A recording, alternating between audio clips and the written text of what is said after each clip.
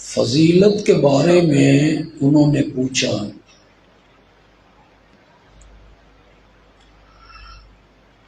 کہ آپ کا حکم سن کے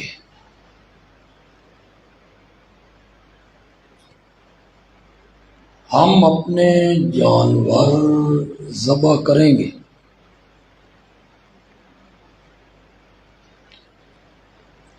لیکن اس کے بدلے میں ہمیں کیا ملے گا؟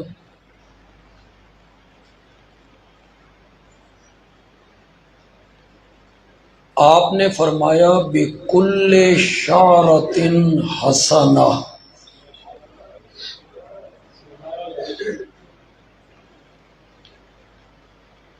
قربانی کے جانور کے بدن پر جتنے بال ہوں گے اللہ ہر بال کے بدلے میں ایک نیکی عطا کرے۔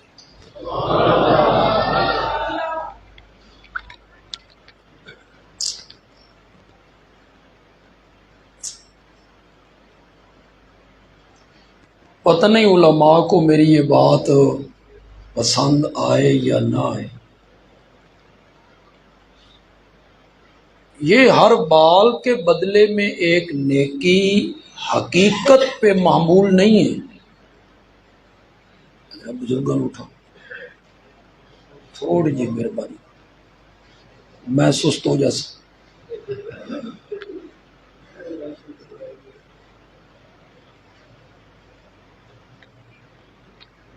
سمجھ آ رہی میری بات؟ یہ معنی نہیں ہے کہ ادھر اللہ بال گنیں گے،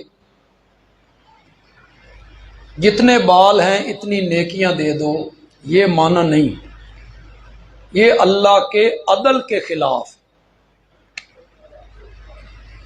انصاف کے خلاف۔ ایک بندے نے 5 لاکھ کی گائے ذبح کی، اس کے بدن پہ بال تھے 1 لاکھ،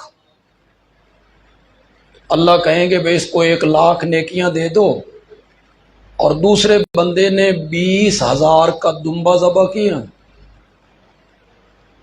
اس کے بدن پہ ریشے تھے 5 کروڑ، اللہ کہیں گے بھئی اس نو 5 کروڑ دے دے۔ یہ معنی نہیں، یہ اللہ کے عدل کے، ایک کو 1,00,000 نیکیاں دے، کسی کے بدن پہ 50,000 بال ہیں، کسی پہ 50 لاکھ ہیں، کسی پہ کروڑ ہیں، اللہ ادھر بال گنتے رہیں ادھر نیکیاں دیتے رہیں، یہ معنی نہیں ہے۔ کیا کرتے ہیں؟ سپیکر نو کچھ نہ کریں،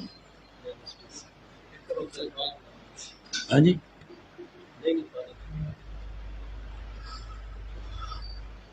یہ حقیقت پہ مبنی نہیں ہے، بلکہ یہ کثرت سے کنایا ہے۔ منڈی والے آکھن گے بے کثرت سے کنایا کس نال کھادا جاندا، ایک ہی بلا ہے۔ کسی چیز کی کثرت کو بیان کرنا ہو نا تو کبھی اس کے سر کے بالوں سے، کبھی آسمان کے تاروں سے، کبھی ریت کے ذروں سے اسے بیان کرتے ہیں۔ ہمارے ہاں بھی، ہماری بولی میں بھی ہے، اردو میں بھی ہے۔ آپ کا ایک بیٹا ہے، بھتیجا ہے، داماد ہے، اکھڑ مزاج ہے، آپ اسے ایک بات سمجھاتے ہیں، پھر سمجھاتے ہیں، پھر سمجھاتے ہیں، پھر سمجھاتے ہیں، وہ مانتا ہی نہیں۔ آخر میں آپ تنگ آ کے کہتے ہیں میں تین 70 ویری نہیں آکھیا۔ اس کا کیا مطلب یہ ہے بھئی گن کے 70 ویری آکھے؟ یہ معنی وہ 70 کا لفظ کثرت سے کیا ہے؟ قرآن نے استعمال کیا استغفر لہم۔ تقریر کرانی ہے یا پانی پوانا؟ میری توجہ بٹ رہی ہے تھوڑی سی، تو میں پھر بزرگوں دوستوں والی تقریر شروع کر دیں۔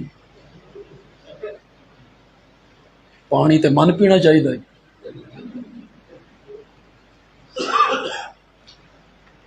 اس کو رکھ دیں پیچھے، اور بندے ہی منگن گے۔ استغفر لہم او لا تستغفر لہم ان تستغفر لہم 70 مرتن، آپ ان منافقوں کے لیے بخشش مانگیں یا نہ مانگیں، 70 بار بھی مانگیں نا، میں نے ان کو معاف نہیں کرنا۔ اس کا کیا معنی ہے کہ 71 بار مانگو تو معاف کر دوں گا؟ یہ معنی نہیں ہے۔ وہاں 70 کا لفظ کثرت سے کیا ہے؟ کنایہ۔ ہوں تو ان کثرت تو کنایہ سمجھ آیا کہ حال بھی سمجھ نہیں ہے۔ کوئی بچہ گیا نا باہر ملک، اور باہر ملک جائیں غیر قانونی طور پہ، کبھی کنٹینروں میں چھپ کے، کبھی یہ، پھر مصیبتیں، دکھ، ماریں، تکلیفیں، پھر زخم لگے، اس نے اپنی ماں کو ٹیلی فون کیا یا خط لکھا تو اپنی ماں کو کہتا ہے میرے جسے چو پھٹ نہیں اتنے جتنے تیرے سر دے وال نہیں مائے۔ اس کا کیا مطلب ہے کہ جتنے تیرے سر کے بال ہیں اتنے ہی گن کے زخم لگے؟ نہیں، وہ سر کے بال کثرت سے کیا ہے؟ گنا ہے۔ کبھی ریت کے ذروں سے، بس ایک روایت ذہن میں آ گئی، رات کا وقت ہے، تارے آسمان پہ چمک رہے ہیں، باہر آپ نے علماء سے سنی ہو۔ میری ماں ام المومنین سیدہ عائشہ رضی اللہ تعالی عنہا، ان کے لب پہ ایک سوال آیا، یا رسول اللہ کسی کی اتنی نیکیاں بھی ہیں جتنے آسمان کے تارے؟ آپ نے فرمایا ہاں ہیں۔ میری ماں نے کہا من ہوا، وہ خوش نصیب کون ہے جس کی اتنی نیکیاں جس نے آسمان کے تارے؟ آپ نے فرمایا خطاب کا بیٹا عمر ہے رضی اللہ تعالی۔ میری ماں کیا سننا چاہتی تھی؟ انہوں نے تو سوال ہی اس لیے کیا تھا کہ میرے بابا کا نام لیں گے، اور میرے آقا نے خلاف توقع نام لے لیا حضرت عمر کا۔ میری ماں نے بھی اپنی بات دل میں نہیں رکھی کہ چپ کر جاتی، بلکہ میں کہا کرتا ہوں رب نے دل میں رکھنے نہیں دی۔ رب نے کہا عائشہ دل والی بات زبان پہ لا، آج میں لوگوں کو تیرے باپ کی عظمتیں بتانا چاہتا ہوں، زبان پہ لا۔ میری ماں نے کہا اگر ستاروں کے برابر نیکیاں حضرت عمر کی ہیں فَأَيْنَ حَسَنَاتُ أَبِي، میرے بابا کی نیکیاں کہاں گئی؟ بس میرے آقا نے جو جواب دیا اور جسے میں نے بیان کیا آپ مجھے دیکھیں گے، پھر آپ اس کی لذت لیں گے۔ اگر ستاروں کے برابر نیکیاں حضرت عمر کی ہیں فَأَيْنَ حَسَنَاتُ أَبِي، تو میرے بابا کی نیکیاں کہاں گئیں؟ میرے آقا نے فرمایا عائشہ پوچھتی ہو بابا کی نیکیاں اور ترازو بناتی ہو آسمان کے تاروں کو۔ مجھے کعبہ کے رب کی قسم ہے حضرت عمر کی ستاروں کے برابر نیکیاں تیرے بابا کی اسے ایک رات کا مقابلہ نہیں کر سکتی، نہیں کر سکتی، نہیں کر سکتی۔ جب تیرے بابا نے پوری نبوت کو اپنے کاندھوں پہ اٹھا لیا تھا، جب نبوت کی نازک تلیاں زخمی ہونے لگی پتھریلی زمین پر، اور خطرہ یہ پیدا ہوا کہ کھوجی کھوج لگاتے ہوئے پہنچ نہ جائیں، آقا کو کاندھے پہ بٹھایا۔ میرا موضوع نہیں لیکن ایک جملہ ضرور کہہ کے جاؤں گا، جملہ بالکل نیا ہے۔ بندیالوی کہتا ہے ہجرت والی رات میرے ابو بکر نے پوری نبوت کو کاندھے پہ اٹھایا اور غار تک پہنچایا. اللہ کی منشا یہ تھی کہ جس نے ہجرت والی رات نبوت کے بوجھ کو اٹھایا ہے، نبوت کی وفات کے بعد خلافت کا بوجھ بھی یہی اٹھائے گا. اسی نے اٹھانا.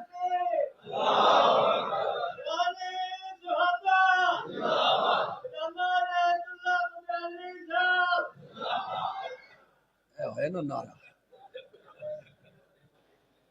جی.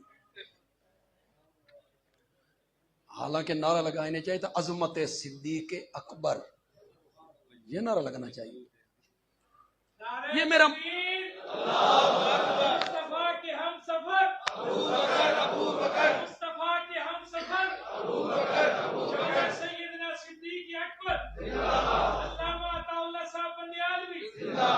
یہ میرا موضوع نہیں.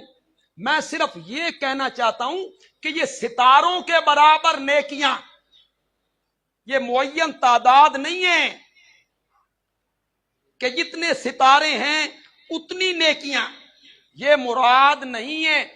کچھ ہمارے دوستوں کو غلط فہمی بھی ہو گئی، انہوں نے اس سے میرے آقا کا علم غیب ثابت کیا. وہ کہنے لگے وہابی آکھ دینے نبی پاک نو غیب دا پتہ نہیں. آپ کو تو ستاروں کی تعداد کا بھی وہ ثابت کرتے ہیں، اس سے علم غیب ثابت کرتے رہتے ہیں کہ آپ کو پتا تھا نا کہ ستارے کتنے ہیں، تبھی تو آپ نے کہا عمر کی نیکیاں ان کے برابر ہیں. بندیالوی کہتا ہے میرے مہربان، ستاروں کی تعداد کا پتہ چل جانا اسے علم غیب نہیں کہتے. کس نے تجھے کہہ دیا ہے کہ ایک چیز کا پتہ چل جائے تو اسے علم غیب کہتے ہیں؟ اسے علم غیب نہیں کہتے. تجھے کس طرح بتاؤں علم غیب کسے کہتے ہیں؟ علم غیب کہتے ہیں اس کائنات میں درخت کتنے ہیں، ان پہ لگنے والی ٹہنیاں کتنی ہیں، ان پہ لگنے والے پتے کتنے ہیں، ان پہ لگنے والے پھول کتنے ہیں، پھول کی پتیاں کتنی ہیں، اس میں لگنے والے پھل کتنے ہیں، پھلوں کے اندر دانے کتنے ہیں.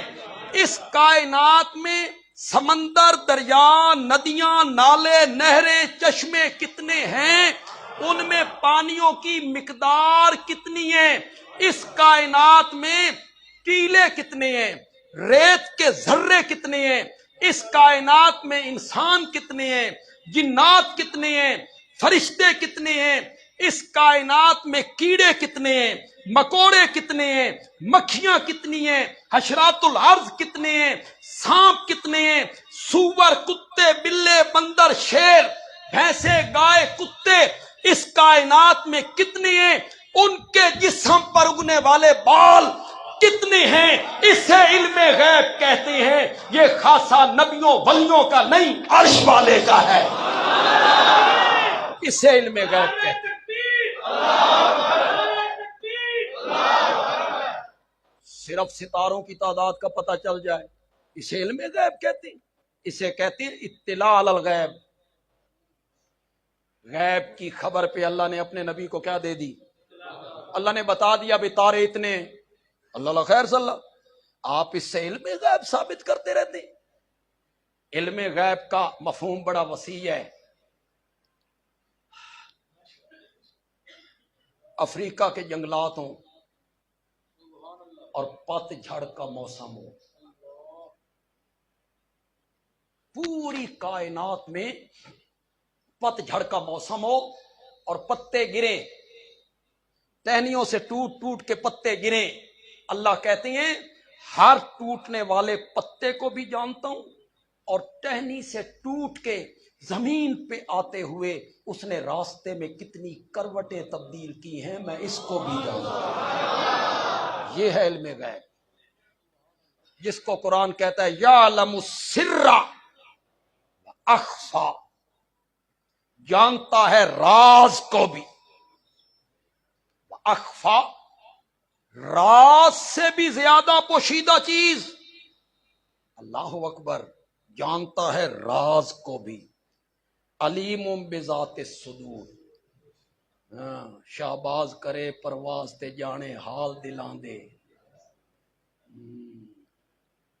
پھر علیم بذات صدور کا کیا معنی ہے؟ انہو علیم بذات الصدور، راز کو بھی جانتا ہے، راز سے زیادہ پوشیدہ چیز ہو اسے بھی جانتا ہے. مولا راز بڑی پوشیدہ چیز ہے، میرے دل میں آ گیا میں جانتا ہوں، میرے شاگردوں کو پتہ نہیں، اہلیہ کو پتہ نہیں، بھائیوں کو پتہ نہیں، برادری کو پتہ نہیں، دوستوں کو پتہ نہیں، میرے ساتھ بیٹھنے والوں کو کسی کو کوئی پتہ نہیں، صرف مجھے پتہ ہے، میرے دل میں ہے. مولا بڑی چھپی ہوئی شے، اس سے زیادہ مخفی چیز کیا ہے؟ مفسرین نے لکھا اللہ کہنا چاہتے ہیں وہ راز جو تیرے دل میں آ گیا ابھی کسی کو پتہ نہیں ہے، صرف تجھے پتہ ہے، میں اس کو بھی جانتا ہوں. اور جو راز ابھی تیرے دل میں بھی نہیں آیا 20 سال کے بعد آئے گا، میں اب اس کو جانتا ہوں. یعلم السر اخفا. حضرت جی اسے کہتے ہیں علم غیب. یہ خاصا نبیوں ولیوں کا نہیں ہوتا. پاگل ہو گئے ہو؟ پتہ نہیں آپ نے اس کو کیا کمال سمجھ لیا. یا نبوت کے لیے ضروری ہے کہ آپ کو پتہ ہونا چاہیے کہ اس دنیا میں انسان کتنے بستے. خوف خدا کرو یار. نبوت کے لیے ضروری ہے کہ آپ کو علم ہونی چاہیے کہ اس دنیا میں درندے کتنے رہتے ہیں، اس دنیا میں پرندے کتنے رہتے ہیں، کتنی مرتبہ وہ پر کھولتے ہیں، کتنی مرتبہ بند کرتے ہیں. نبوت کے لیے ضروری ہے کہ آپ کو پتہ ہونا چاہیے کہ حشرات الارض کتنے ہیں، اس دنیا میں درخت کتنے ہیں، پتے کتنے ہیں، گھاس کتنا ہے، تنکے کتنے ہیں. نبوت کے لیے یہ ضروری نہیں ہے، اس کے لیے ضروری ہے جس نے ان کی روزی کا انتظام کرنا ہوتا ہے، اس کے لیے ضروری. لہذا خاصا علم غیب کس کا ہے؟ ہاں اللہ اپنے پیارے پیغمبر کو غیب کی خبروں پہ کیا دیتے ہیں؟ اطلاع. اس کا کوئی منکر نہیں. بڑی غیب کیوں بھائی؟ یہ جو قیامت کی میرے نبی نے علامتیں بتائیں یہ سب غیب نہیں تھی؟ بولتے نہیں کو چپ کر گئے وہ سارے. یہ ہوگا یہ ہوگا یہ ہوگا یہ ہوگا، سب غیب نہیں ہے. لونڈی اپنے مالک کو جنے گی، لونڈی کے بطن سے مالک پیدا ہوگا. مفسرین نے اس کا مفہوم بیان کیا، بیٹے اپنی ماؤں سے لونڈیوں والا سلوک کریں گے، بیٹے اپنی ماؤں سے لونڈیوں والا سلوک کریں گے، نکرانیوں والا. جب دیہاتی لوگ شہر میں آ کے بڑی بڑی کوٹھیاں بنائیں نا، قیامت کا انتظار کرنا. ذرا منڈی بادین دا پوش علاقہ ویکھ لو، شہر دے لوگاں بنائیاں نا، جب باہر والے آ کے بنائیاں. جب دیہاتوں کے لوگ شہروں میں آ کے بڑی بڑی بلڈنگیں بنانے لگ جائیں نا تو قیامت کا کیا کرنا. یہ جو میرے نبی نے ساری علامتیں بتائیں یہ غیب نہیں تھا، یہ سب غیب تھا. اس غیب کی خبروں پر اللہ نے اپنے نبی کو کیا دے دی. ہم دور نکل گئے یار، واپس مڑی، لمبے وقت بھی آپ کا نہیں لینا چاہتے. جتنے جانور کے جسم پہ بال اتنی نیکیاں. میں نے کیا سمجھایا آپ کو؟ یہ کثرت سے حقیقی معنی نہیں. حقیقی معنی مراد لیں تو اللہ کا عدل نہیں رہتا. ایک کو 1,00,000 نیکیاں دے، دوسرے کو 2,00,000 دے، تیسرے کو 1,00,00,000 دے، یہ عدل کے خلاف. مفہوم میں بیان کرتا ہوں، مزہ آپ کو آ جائے تو سبحان اللہ کہہ دیجئے. علماء کو حدیث کا مفہوم پسند آ جائے، علماء بھی کہیں بھائی بندیالوی اچھا مفہوم بیان کر گیا ہے. اس حدیث کا معنی یہ ہے، اس حدیث کا معنی یہ ہے کہ جس طرح جانور کے بدن پر اگنے والے بال گنے نہیں جا سکتے، اسی طرح قربانی دینے والے کی نیکیاں بھی گنی نہیں جا سکتی. جس طرح بال گنے نہیں جا سکتے اسی طرح قربانی دینے والے کی نیکیاں بھی